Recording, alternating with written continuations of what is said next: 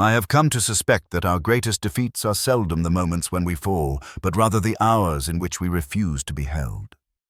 We call it strength to stand alone, to tighten the jaw and brace the shoulders, as though the human soul were a fortress that could be provisioned forever by its own stores. Yet the strongest walls sometimes hide the emptiest holes. The paradox is not a trick of words, but a truth of being.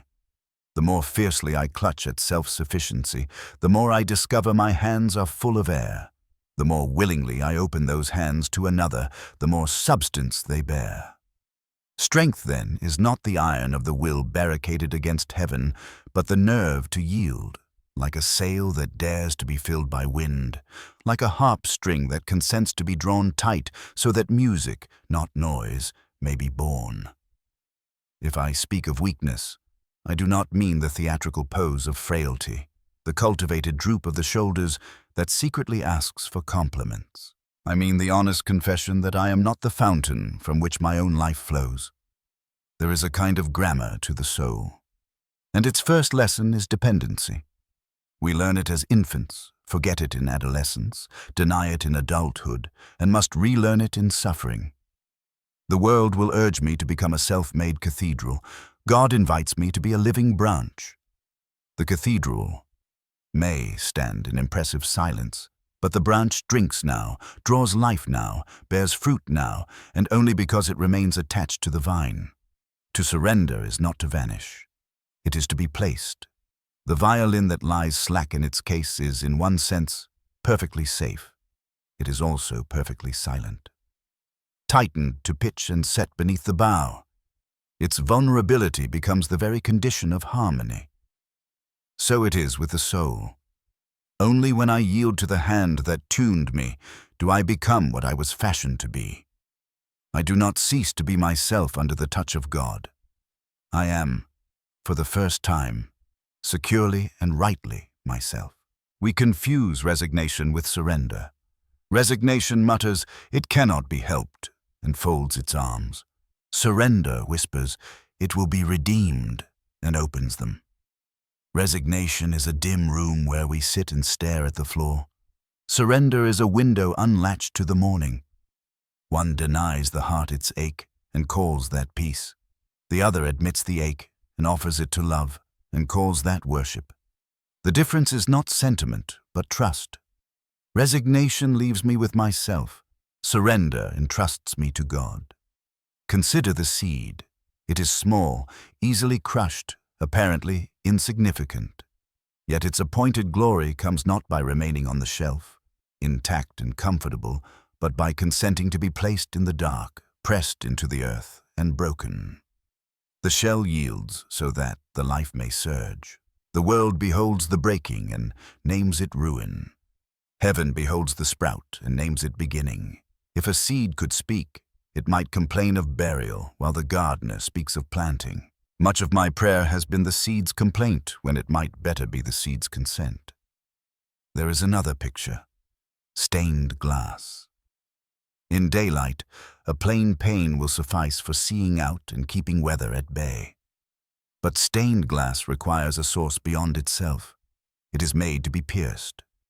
Without light, it is a jigsaw of dark fragments, religious only in pretension. Let the sun pour through, and the broken pieces blaze with a unity they could never command alone. So my life, held up to the light, becomes the very thing it could not manufacture by will, a window for glory. Weakness is simply the honesty that acknowledges my glass cannot shine from within. It must be illumined. Pride protests that such yielding is beneath the dignity of the rational creature. But pride is a poor tutor. It teaches me to carry what I cannot lift and to hide what I cannot heal. It sends me to the battlefield with polished armor that covers everything but the wound. God's pedagogy is gentler and sterner. He will not flatter my illusions. He invites me to name the wound and bring it to the physician. Grace is no decorative ribbon tied round the biceps of human achievement. It is the lifeblood drawn from the heart of Christ, poured into mine. That is why the New Testament dares to say what sounds impossible to the self-reliant mind. That power is made perfect in weakness. not admired beside it, not politely tolerant of it, made perfect in it. Surrender, then, is not passivity, but alignment. The sailor who trims his sail to the wind does less with his arms and more with his wisdom. The work is not reduced, but rightly ordered. To yield to God is to consent that the cosmos is not a democracy of appetites, but a kingdom with a king, and that this king's yoke is easy because it fits the creature it was designed for. The hardness comes chiefly from my crookedness, not his rule. When I straighten, that is, when I repent, the yoke sits where it was meant to rest, and I discover a curious relief. The burden borne with him becomes lighter than the lesser burden of insisting on myself. Suffering, too, is drawn into this arithmetic. Pain is not, in itself, a teacher I would choose. Yet under providence it becomes a severe mercy, a chiseling that reveals the figure hidden in the stone. The sculptor's blows that I interpret as destruction are in fact a series of yeses. Yes to the form, yes to the beauty, yes to the purpose that called the marble out of the mountain. Left uncut, I might remain a respectable lump, or useful, perhaps, as a step or a doorstop. Cut by love, I become something that can gaze back. The hammer sounds like violence. In the hands of the artist, it is benediction. There is, moreover, a freedom to be found only on the far side of surrender. My clenched fist is a prison whose only inmate is my own hunger. Open the hand, and it becomes a passage through which gifts may flow in and out. The paradox persists. I receive most when I am least preoccupied with possessing, and I act most fruitfully when I am least feverish about outcomes. Trust does not abolish effort. It rescues effort from idolatry. The man who rows against the tide in a panic spends himself to remain where he is. The one who learns the river's course and draws upon its strength passes quietly, steadily, farther than he dreamed. Grace does not humiliate the will, it heals it.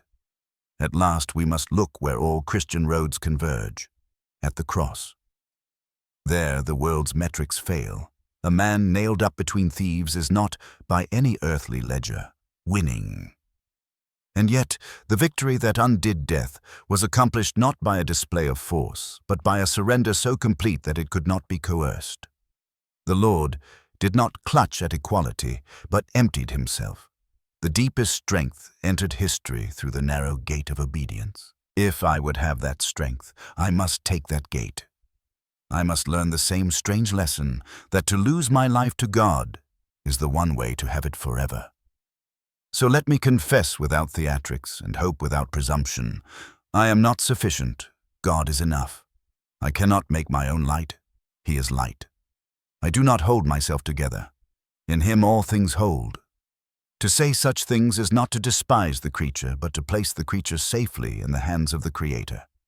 When I am weak, honestly, openly, surrendered, then I am strong, because I have stepped out of the little echo chamber of myself and into the vast music for which I was written.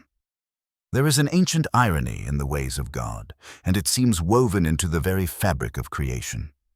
The sea is strongest when it yields to the pull of the moon. The tree is tallest because it bends to the storm. Even the heart is most alive when it beats not for itself but for another. We mistake independence for power. But the truest strength is found in dependence rightly placed. Not servitude to capricious idols, not slavery to human opinion, but willing reliance upon the one who spoke galaxies into being and yet stooped to wash the feet of his creatures. To be dependent on him is not a shame, it is sanity. Imagine a bird who prides itself on being too strong to fly with the wind. It flaps madly against the current, exhausted, indignant, making little progress. Its strength is merely stubbornness. But the bird that surrenders to the wind is lifted, sustained, carried farther than its solitary wings could ever manage. The same air presses on both wings, but only one bird consents to be born. That is what weakness looks like in the eyes of the world, but in truth it is wisdom wearing a disguise. We are often frightened by the word surrender because it feels like annihilation. But God is not a conqueror who seeks our ruin. He is a lover who desires our wholeness. The more deeply I yield to him, the more fully I find myself alive. The grain of wheat must fall, yes, but in dying, it becomes a harvest. What seems like diminishment to the proud eye is in reality enlargement to the humble. If you would test this paradox, look at the saints. The ones who seemed weakest, frail nuns, persecuted martyrs, forgotten servants, are the very ones whose strength still shakes the centuries. Their surrender was not erasure, but transfiguration. I think often of St. Paul's words, "When I am weak, then I am strong." They are no riddle, but a revelation. In weakness, we are stripped of illusions. In surrender, we are unclothed of self-sufficiency, and in that nakedness, God clothes us with his own life. The ragged garment of pride falls away, and we are robed in something sturdier, finer, eternal. Strength is not seized, it is bestowed, and bestowed only on those willing to be weak enough to receive it. This mystery is not only theological, but practical. In the quarrels of daily life, in the grind of work, in the griefs that stalk us silently, the question arises, will I grasp or will I yield? Grasping hardens the spirit and leaves me brittle. Yielding opens me to grace and I find resilience. The house built upon sand may look secure for a season, but the yielding foundation of rock, unyielding in essence, but requiring my trust to rest upon it, remains when storms beat. Weakness is admitting I need such a rock. Strength is standing firm upon it. The human soul, left to itself, is like a harp with slackened strings. It retains its shape, but not its song. Only by the tightening, only by the stretching beyond comfort does music emerge. So too God tunes us, not to break us, but to bring forth harmony. We protest the tension, but the melody proves the wisdom of the hand that turns the peg. Our weakness, surrendered, becomes the very place where heaven's music is born. Thus the paradox. Strength is found not in self, but in surrender, not in clinging, but in releasing, not in conquest, but in consent. We are invited into this mystery not because God delights in humiliation, but because he delights in restoration. The broken vessel, once mended by his hands, becomes not weaker, but stronger than before. The surrendered heart, emptied of its counterfeit powers, is filled with the eternal strength of the Spirit.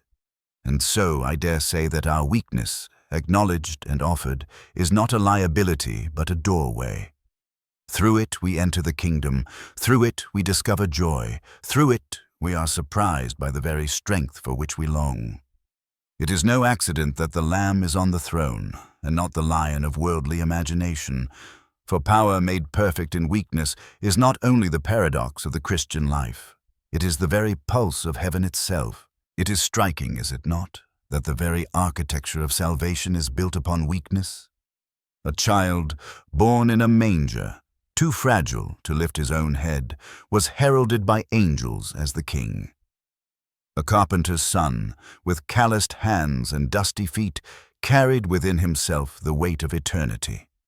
A crucified man, mocked, pierced, despised, proved to be the world's Redeemer. If God himself chose the lowly path, then surely he has inscribed this paradox into the grain of reality. The crown of glory is reached not by climbing ladders of self-sufficiency, but by stooping in surrender. And when we consider our own lives, we find the same truth repeated. The moments that shaped me most deeply were seldom those when I felt invincible. They were the hours when I confessed defeat, when tears blurred my vision, when prayers faltered into silence. Yet it was precisely then that a presence pressed near, quiet, steady, more real than my own despair. That nearness did not abolish weakness, but it transfigured it. The wound became a window. Through it, light entered. We must not imagine, however, that this surrender is a single act performed once for all. It is more like breathing, an unending rhythm of yielding and receiving. Each morning I awaken, tempted again to live by my own strength. Each evening I must confess again how quickly that strength frays. The Christian life is not a fortress built once and left to stand. It is a pilgrimage renewed at every step. And the paradox remains. The less I rely on my own stride, the farther I journey. The more I lean upon the everlasting arms, the lighter my load becomes. Let us then consider suffering not as a meaningless intrusion, but as the chiseling of the Divine Sculptor. We are blocks of marble, stubborn, heavy, silent. The hammer and chisel strike, and we wince, certain we are being destroyed. But all the while, the artist is revealing a form hidden within, a beauty beyond our imagining. Weakness is not the ruin of the marble. It is the space where the chisel may enter. Without weakness, the stone resists and remains unformed. With weakness, consented to and surrendered, the stone is transformed into a figure capable of reflecting glory. And what of death itself? The world sees in it the ultimate weakness, the extinguishing of all power, all achievement, all self-reliance. Yet in the Christian vision, death is but the final surrender, and therefore the final triumph. The seed falls into the ground, and the harvest follows. The body is laid in the tomb, and resurrection breaks forth. Weakness, even in its most terrible form, is never the last word. The last word belongs always to life, to the one who conquered by surrendering, who rose because he first bowed. Thus, to embrace weakness is not to despise ourselves, but to honor the truth of our design. We were never made to be self-contained universes. We were made to be vessels, windows, instruments, things that shine not from within themselves, but by another's light. Our greatness is not diminished by this. It is fulfilled. A mirror does not cease to be real because it reflects another's face. It becomes what it was meant to be. And so, with us, when we surrender, we are not lost. We are finally found. There is, I think, a peculiar relief that comes when one finally admits weakness. Pride exhausts us, for it demands that we carry a weight never intended for human shoulders.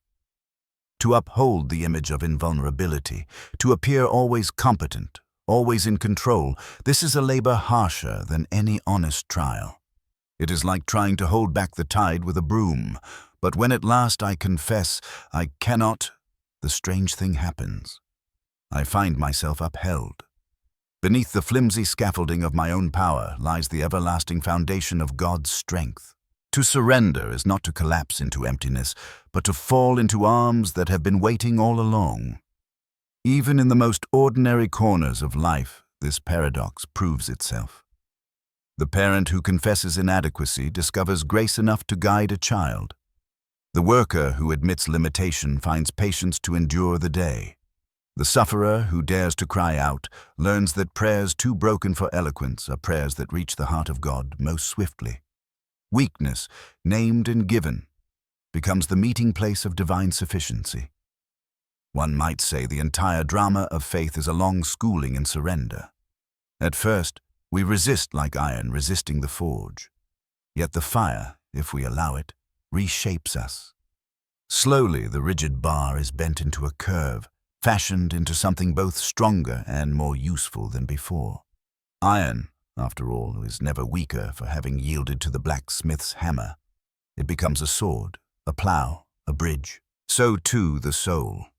Only by surrender to the Master's shaping does it learn its true purpose. I cannot help but think of Christ in Gethsemane. There, in that darkened garden, the Son himself prayed with trembling voice, "Not my will, but thine be done." If ever weakness was confessed, it was there, and if ever strength was revealed, it was in the same breath. The cross that followed was not forced upon him, but embraced. And by that surrender, the world was remade. If the eternal Son could yield, how much more must I, who am but dust and breath, learn to trust the Father's hand? And so, weakness is not the end of the story. It is the threshold. It is the place where self-reliance ends and grace begins. To embrace it is not to accept defeat, but to be enlisted into a deeper victory, one fought not with the weapons of this world, but with the quiet, invincible strength of love. This is the paradox that confounds the wise and comforts the humble. In weakness lies the seed of triumph, and in surrender the secret of strength. If we look closely, we may see that weakness is not merely an accident of our condition. It is a gift, though one wrapped in rough paper. Were we never weak, we would never pray. Were we never helpless, we would never reach upward. Were we never wounded, we would never learn compassion. The ache in our bones is often the very opening by which grace enters. What we call frailty may, in God's arithmetic, be the necessary condition of fellowship with Him. Think of a lamp. The vessel itself is fragile, perhaps clay or thin glass, liable to crack. But that very fragility allows the flame to be seen. If the lamp were an iron block, no light could escape. So too our humanity. It is not in spite of our weakness, but because of it, that the divine light can shine through. St. Paul was right to boast, not of his strength, but of his infirmities, for they made him transparent to the glory of another. This recognition changes the way we see one another. The world praises brilliance, vigor, and accomplishment, yet often the truest victories are hidden in the quiet perseverance of the weak. The aged saint who can scarcely rise from her bed, but still whispers prayers into the dark. She may be mightier in the kingdom of God than the strong man who never kneels. The child, fragile and dependent, teaches us more of trust than many volumes of philosophy. When we honor weakness rightly, we begin to glimpse the kingdom that overturns our world's scales, and weakness teaches us community. If I were all sufficient, why should I need you? But in truth, my very lacks drive me into fellowship, where gifts are shared, burdens divided, and joys multiplied. The church is no gathering of the mighty, but a communion of the needy, bound together by the strength of Christ. In this sense, weakness is the glue of love. For only those who know their poverty can truly receive another's riches with gratitude. Do not mistake me. Weakness by itself is no virtue. Left alone, it can sink into despair, laziness, or self-pity, but when offered to God, it becomes a channel of grace. It is the open hand into which He may pour His Spirit. It is the cleared ground where He may plant His seed. Our part is not to celebrate weakness as such, but to surrender it, to place it like bread and fish into the hands of Christ, who multiplies what seems meager into abundance. This is why the saints can speak of joy in trial, even of glory in suffering, not because pain is good, but because God is better. Not because frailty is admirable, but because His strength is sufficient. The paradox remains, shining at the heart of the gospel. What the world despises, God redeems. What the world discards, God exalts. And the soul that yields, that bows low, is lifted higher than it could ever climb on its own. When I reflect on this paradox of weakness, I cannot help but notice how it awakens a homesickness for heaven. For here on earth, everything in us strains against frailty. We long to be free of decay, to escape the limits of time, to step out of the shadow of suffering. And yet, in those very longings, God has left us a compass pointing beyond ourselves. Weakness whispers to us that we are not yet at home. Each failing muscle, each fading breath, each trembling doubt becomes a signpost toward the country where strength and peace are no longer at odds, but one. Consider the pilgrim. His feet grow weary on the stony road. His body aches from carrying his pack, but the weariness itself tells him he is on a journey, not in his final dwelling. It is only because of his weakness that he remembers to hope for arrival. Were he endlessly strong, he might settle by the roadside and forget the destination. Weakness keeps the horizon alive in his soul. Even Christ's resurrection, which we rightly celebrate as the victory of victories, was preceded by weakness, betrayal, scourging, nails, and the silence of a tomb. If God chose to pass through weakness on the way to glory, then no weakness of ours is wasted. It becomes a participation, however small, in the story of the cross and the empty grave. Our cracked lives, joined to his, are not abandoned. They are being patterned into his own design. And here lies the heart of hope. Weakness is never the conclusion, but the prelude. It is the plowing of the soil before the seed bursts forth, the winter before the spring, the Good Friday before the Easter morning. To surrender our weakness is not to bow before nothingness, but to bow before the one who promises, "My grace is sufficient for you." It is to confess that our story, though marred by shadows, is caught up into a greater light. Therefore, let us not despise our weakness, nor romanticize it, but rightly receive it as the place where God meets us. For in the end, what matters is not that I was strong, nor that I managed to prevail by my own will, but that in my weakness I leaned upon the everlasting arms and found them unshakable. It is in this surrender that the paradox shines clear. The man who bows low is raised. The soul that admits emptiness is filled. The heart that yields is crowned. Strength is made perfect, not apart from weakness, but within it, transfiguring it, until at last the weak creature is made radiant with the strength of God himself. One of the gravest errors of our age is to imagine that weakness disqualifies us from usefulness in God's kingdom. We assume he must desire only the polished, the eloquent, the unbroken. But Scripture is a gallery of contrary portraits. A stammering Moses who led a people through the sea, a fearful Gideon who routed armies, a weeping Jeremiah whose tears became prophecy, a faltering Peter who yet preached Pentecost. The pattern is plain. God does not wait for our strength. He lends us his. Our inadequacy is not the end of the story, but the beginning of grace. Think of the riverbed. Alone, it is dry and empty, a mere trench cut into the earth. Yet, precisely because it is hollow, it can be filled, and when filled, it carries life for miles. So too our souls. It is the carved-out places, the hollowed weaknesses, that become channels for living water. Where I have been emptied, there God pours himself most freely. And the flow of his strength through my poverty refreshes not only me, but others. Weakness also teaches humility, that golden virtue so easily lost when we imagine ourselves self-made. A man who believes he stands by his own might is a lonely creature, for he must guard his image relentlessly. But the one who admits dependence finds fellowship, first with God and then with his fellow men. For if we are all weak, then we are all companions, leaning together on the same rock. Pride isolates, but weakness, confessed, gathers us into communion.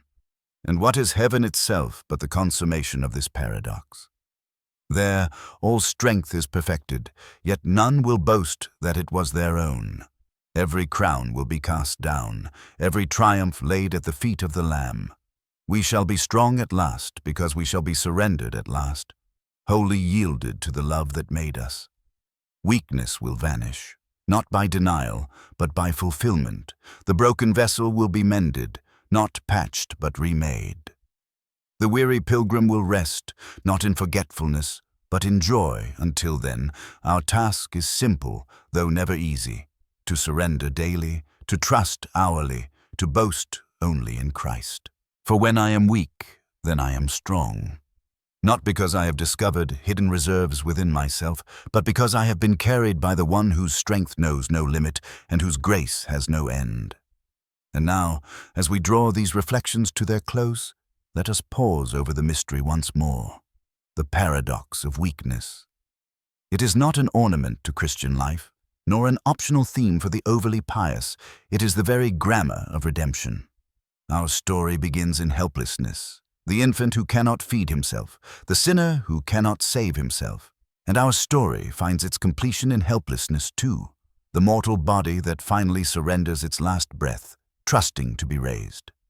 Between cradle and grave, we resist this truth at every turn. We polish our pride, disguise our wounds, and call it strength. Yet God, with patience beyond our comprehension, keeps whispering, "My power is made perfect in weakness." And what does it mean for you and for me?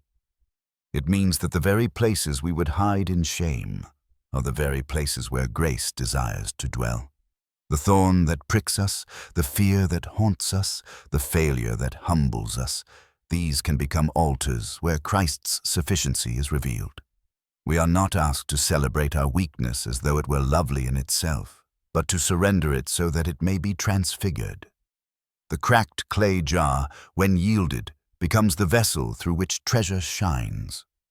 And in this surrender, something remarkable occurs. The burden of self-sufficiency falls away. The exhausting masquerade of competence gives way to the relief of honesty. We find that to kneel is not to be crushed, but to be lifted. To yield is not to be erased, but to be remade. This is why the saints could face suffering with serenity, even joy. They had discovered that weakness is not the enemy of life, but its doorway, because it opens into the inexhaustible strength of God. I think of a final image. A candle, thin and trembling, cannot endure the wind on its own. Yet placed within a lantern, its little flame becomes steady, enduring, useful to guide others through the dark. So are we. By ourselves, we flicker and fail. But enclosed in the mercy of God, our small light can warm and illumine more than we ever dreamed. Our weakness, hidden in His strength, becomes the very means by which others may find their way. So let us not despise our weakness. Let us rather surrender it again and again, until the day dawns when weakness itself is swallowed up in glory. For then we shall stand, not in borrowed fragments, but in fullness, not in faltering trust, but in sight. And every paradox will resolve into the eternal song, "Worthy is the Lamb who was slain, for power belongs to Him forever." As if these words have stirred something within you, if you too have felt the strange comfort of knowing that God's strength meets you precisely where you are weakest, then I invite you to journey with us further. Like, comment, share, and subscribe to our channel, that together we may continue seeking the deeper wisdom, the hidden joy, and the eternal hope that lies in Christ. For in our weakness we discover His strength, and in His strength we find our true home.